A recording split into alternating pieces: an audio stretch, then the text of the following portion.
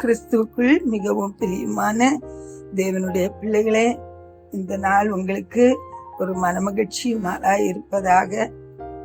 இந்த நாளிலும் கூட வேதத்தில் இருந்து ஒரு வசனத்தை நான் வாசிக்கிறேன். ரோமருக்கு எழுதின நிருபம் 12வது அதிகாரம் 14வது வசனம் 21வது வசனம். ரோமர் 12:14வது வசனம் 21வது வசனம். உங்களை துன்பப்படுத்துகிறவர்களை ஆசீர்வதியுங்கள், ஆசீர்வதிக்க வேண்டியதே அன்றி சபியாதிருங்கள். நீ தீமையினாலே வெல்லப்படாமல் தீமையை நன்மையினாலே வெல்லு. அல்லேலூயா, ஆமேன். நம்மை உபத்திரவப்படுத்துகிறவர்களுக்காக நாம் ஜெபிக்க வேண்டியவர்களாய் இருக்கிறோம். நமக்கு தீமை செய்கிறவர்களுக்கு நாம் நன்மை செய்ய வேண்டியவர்களாய் இருக்கிறோம். ஆமேன். இது நம்முடைய பலத்தினால முடியாது. பரிசுத்த ஆவியானுடைய பலன் நம்மை நிரப்பும் போதுதான் நாம் இந்த காரியங்களை நாம் செய்ய முடியும்.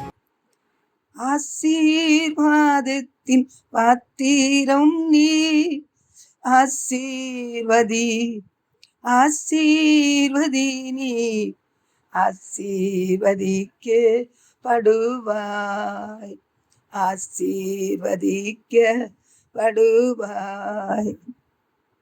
ஒரு நாள் எங்க ஸ்ட்ரீட்ல இருந்து ஒரு பெண் எங்க வீட்டுல புதன்கிழமை மீட்டிங் நடக்கும்போது ஸ்டெப்ஸ் மேல அவள் ஏறி தேவையில்லாத வார்த்தைகளை சொல்லி அவள் கோபாவேசத்தோடு கூட பேசினாள். நான் அவளிடத்துல போய் அவளோடு கூட பேசினேன். பேசிவிட்டு வீட்டுல அவளுக்காக ஜெபிக்க ஆரம்பித்தேன். அப்படி ஜெபிக்கும் போது தேவன் என்னை, பரிசுத்த ஆவியானவர் வேறு விதமாக அவளுக்காக ஜெபிக்க வைத்தார்.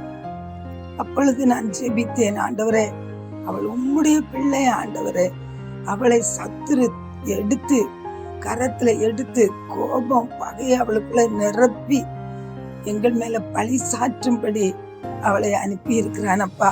அவளுக்குள்ள இருந்து கிரியை செய்கிற அந்த பிசாசை இயேசுவின் நாமத்துல நான் துரத்துகிறேன் என்று சொல்லி அவளுக்காக நான் ஜெபித்தேன். அப்போ சில நாட்கள் கழித்து நான் அவளை பார்க்கும்போது அவள் மிகவும் சாந்தம் உள்ளவளாக என்னை பார்த்து அவள் சிரித்து கொண்டு போனாள். இப்படித்தான் நம்மை துன்பப்படுத்துகிறவர்களுக்காக நாம் ஜெபிக்கும் போது, தீமை செய்கிறவர்களுக்கு நாம் நன்மை செய்யும் போது நாம் ஒரு ஜெயத்தை எடுக்கிறோம், பிசாசின் மேல ஜெயத்தை எடுக்கிறோம். ஆமேன். அப்படி நாம் ஜெயம் பெற்றவர்களாய் இருக்கும் போது நாம் எல்லாவற்றையும் சுதந்திரித்துக் கொள்வோம். குடும்பத்திலானாலும் வெளியிலே ஆனாலும் நாம் பொறுமையாக இருந்து நம்மை துன்பப்படுத்துவர்களுக்காக ஜெபித்து அவரிடத்தில் இருக்கிற சத்துருடைய வல்லமைகளை துரத்தி நமக்கு தீமை செய்கிறவர்களுக்கு நம்மால் என்றளவு நாம் நன்மையான காரியங்களை செய்து நாம் தீமை நன்மையினாலே வெல்லுவோம். தேவன் உங்களை ஆசீர்வதிப்பாராக. ஆமென்.